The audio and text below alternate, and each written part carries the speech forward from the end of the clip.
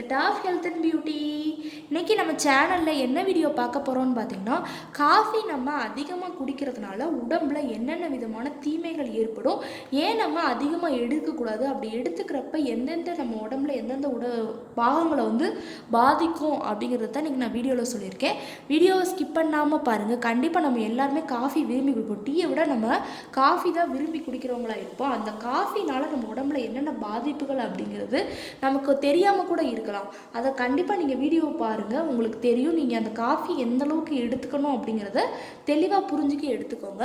அதுக்கு முன்னாடி நீங்கள் இப்போ தான் நம்ம சேனலை ஃபஸ்ட் டைம் பார்க்குறீங்க அப்படின்னா, நம்ம சேனலுக்கு கீழே இருக்கக்கூடிய சப்ஸ்கிரைப் பட்டன் அமைக்கி சப்ஸ்கிரைப் பண்ணுங்கள். பக்கத்தில் இருக்கக்கூடிய பெல் பட்டனை டச் பண்ணுங்கள்.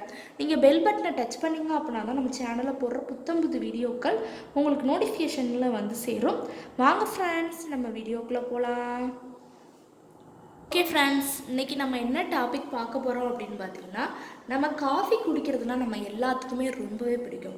அப்படி நம்ம காஃபி குடிக்கிறது நம்ம உடம்புக்கு நல்லதா? எத்தனை நாளைக்கு ஒரு முறை நம்ம காஃபி குடிக்கலாம் அப்படிங்கிறக்கானதை தான் இன்றைக்கி நம்ம பார்க்க போகிறோம். சில பேர் பார்த்திங்கன்னா நினச்ச நேரம்லாம் காஃபி குடிப்பாங்க. காலைல எந்திரிச்சோன்னே குடிச்சிருப்பாங்க. திரும்ப ஒரு மணி நேரம், 1.5 மணி நேரத்தில் திரும்ப ஒருக்க. இதே ஆஃபீஸ் ஒர்க்கு பார்க்குறவங்கன்னா வச்சுக்கோங்க, வீட்லேயும் காஃபி குடிப்பாங்க, இங்கே ஆஃபீஸ்லேயும் காஃபி குடிப்பாங்க. ஏன்னா தலைவலிக்கும் அப்படின்னு சொல்லிட்டு. தலைவலி காஃபி குடிக்கலைன்னா சில பேருக்கு தலைவலி அதிகமாக ஏற்படும். ஏன்னா அவங்க அதை குடிச்சு அதுக்கு அடிக்ட் ஆகிட்டாங்களே சொல்லலாம். இப்போ போதை மருந்து எடுத்துக்கிறவங்களாம் எந்த அளவுக்கு அந்த இதுக்கு அடிக்ட் ஆகிருக்காங்களோ, அவங்களுக்கு அந்த நேரத்தில் தண்ணி அடிக்கலை அப்படின்னா உடனே கை கால்கள் உதறல் ஏற்படும். அதே மணிக்கு தான் காஃபி டீ குடிக்கிறவங்களுக்குன்னு சொல்லலாம். இந்த டயத்துக்கு காஃபி குடிக்கணும்னா இந்த டயத்துக்கு குடிக்கணும். அப்படி இல்லை அப்படின்னா அவங்களுக்கு தலைவலிக்கும், ப்ரெஷர் அதிகமாகும், டென்ஷன் ஆகி கத்துவாங்க சில பேர்லாம் இந்த காஃபி குடிக்காதனால. அப்படிலாம் சில பேர் காஃபிக்கு அடிமையாக இருப்பாங்க. காலைல ஒருக்க, திரும்ப 11:30 ஒருக்க குடிச்சிருக்கணும், திரும்ப பார்த்திங்கன்னா 4 மணிக்கு ஒரு குடிப்பாங்க, திரும்ப 7 மணிக்கு ஒரு குடிப்பாங்க. இந்த மணிக்கு காஃபி அடிக்கடி எடுத்துக்கிட்டே இருப்பாங்க. சில பேர்லாம் 1 மணி நேரத்துக்கு ஒருக்க காஃபி எடுத்துக்கிட்டே இருக்கிறது. இப்படி நம்ம எடுத்துக்கிட்டே இருக்கிறதுனால பார்த்திங்கன்னா நம்ம உடம்புல நிறைய பாதிப்புகளை ஏற்படுத்தும். நம்ம அதுக்கு அடிக்ட் ஆகுறது விஷயம் அப்படின்னாலும், நம்ம உடம்புல பார்த்திங்கன்னா நுரையீரல், இதயம், இந்த மணிக்கு இருக்கக்கூடிய பாகங்களை அதிகமாக பாதிக்கும் அப்படின்னே சொல்லலாம். மூளைகளை பாதிக்கக்கூடியது தான் அப்படின்னு சொல்லலாம். நம்ம காலைல எழுந்திரிச்சோன்னே பார்த்திங்கன்னா காஃபி குடிக்கிறோம் அப்படின்னா அது ஓரளவுக்கு எடுத்துக்கோங்க, காஃபி எடுத்துக்கோங்க.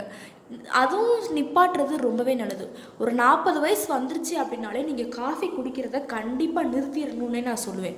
ஏன் அப்படின்னா, நம்ம 40 வயசு வந்துருச்சு அப்படின்னா உங்கள் உடம்புல அந்த எதிர்ப்பு சக்தியானது கம்மியாயிரும்.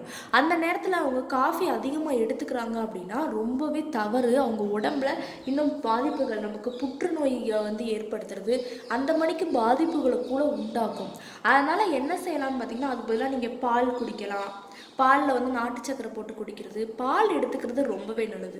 காஃபியோ டீயோ இந்த மணிக்கு நம்ம அடிக்ட் ஆகணும் அப்படின்னா அதை நம்மளால் நிறுத்தவே முடியாது. அதுக்கு அடிக்ட் ஆகி இப்போ சில பேர்லாம் பார்த்திங்கன்னா ட்ரீட்மெண்ட், டாக்டர்கிட்ட போய் ட்ரீட்மெண்ட் எடுத்துக்கிற அளவுக்கு அந்த இது மாறிட்டுருக்கு. நம்ம காஃபி குடிக்கிறது நல்லதா கெட்டதா அப்படின்னு பார்த்திங்கன்னா கண்டிப்பாக தவறான ஒரு செயல் அப்படின்னே சொல்லலாம். அதுவும் நினச்ச நேரத்துக்கு காஃபி குடிப்பாங்க.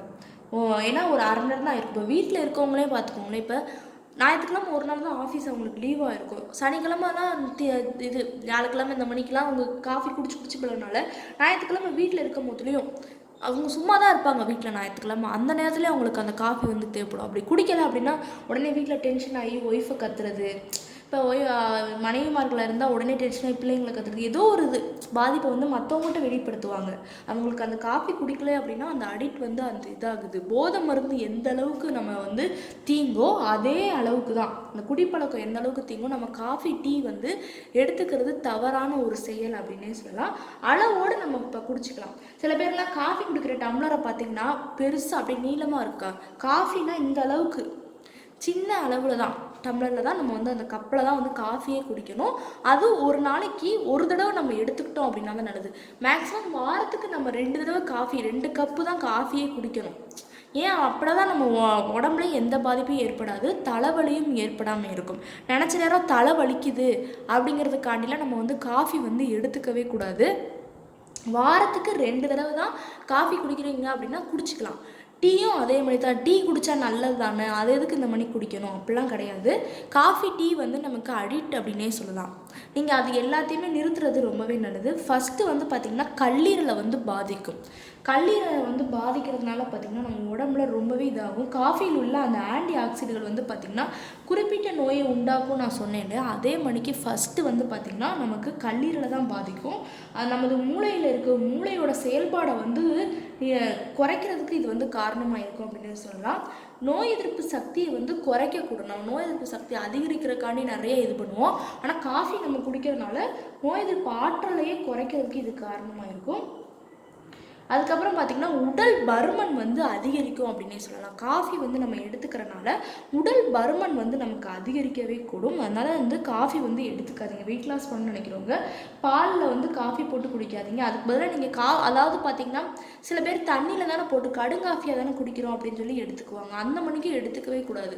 அதுக்கு நீங்கள் என்ன செய்யலாம்னு பார்த்தீங்கன்னா கடும் டீ வந்து குடிக்கலாம். கடுங்காஃபி குடிக்கிறதுக்கு பதிலாக கடும் டீ குடிச்சிட்டு வந்தீங்கன்னா ரொம்பவே நல்லது. உடற்பயிற்சி செய்கிறதுக்கு முன்னாடி நம்ம வந்து காஃபி வந்து குடிக்கவே கூடாது. நம்ம காலைல எழுந்திரிச்சோன்னே நம்ம உடற்பயிற்சி செய்கிறோன்னா அவங்க காலைல கண்டிப்பாக காஃபி எடுத்துக்கவே கூடாது. அதுக்கு பதிலாக பார்த்திங்கன்னா கஷாயம் பண்ணி குடிக்கலாம். சீரகத்தை தண்ணியில் போட்டு அந்த தண்ணி நல்லா சூடு பண்ணி குடிக்கலாம். இந்த மணிக்கு எடுத்துக்கோங்க.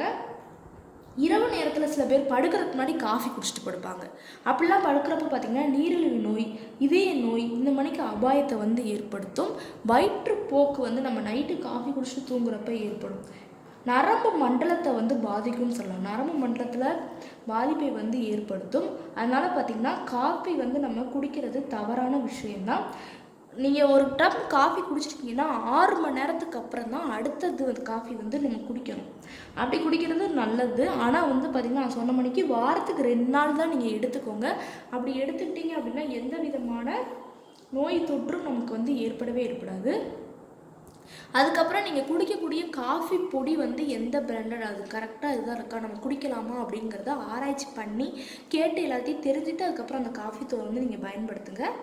ஓகே ஃப்ரெண்ட்ஸ், இந்த வீடியோவில் நான் சொன்ன இந்த தகவல் உங்களுக்கு ரொம்ப பிடிச்சிருக்குன்னா லைக் பண்ணுங்கள், ஷேர் பண்ணுங்கள், சப்ஸ்கிரைப் பண்ணுங்கள், பக்கத்தில் இருக்கக்கூடிய பெல் பட்டனை டச் பண்ணுங்கள். நீங்கள் பெல் பட்டனை டச் பண்ணிங்க அப்படின்னா தான் நம்ம சேனலில் போடுற புது வீடியோக்கள் உங்களுக்கு நோட்டிஃபிகேஷனில் வந்து சேரும். நாளைக்கு இதே மணிக்கு ஒரு இன்ட்ரெஸ்டிங்கான வீடியோவோட நான் வந்து உங்களை மீட் பண்ணுறேன். அது வரைக்கும் தேங்க்யூ ஃப்ரெண்ட்ஸ்.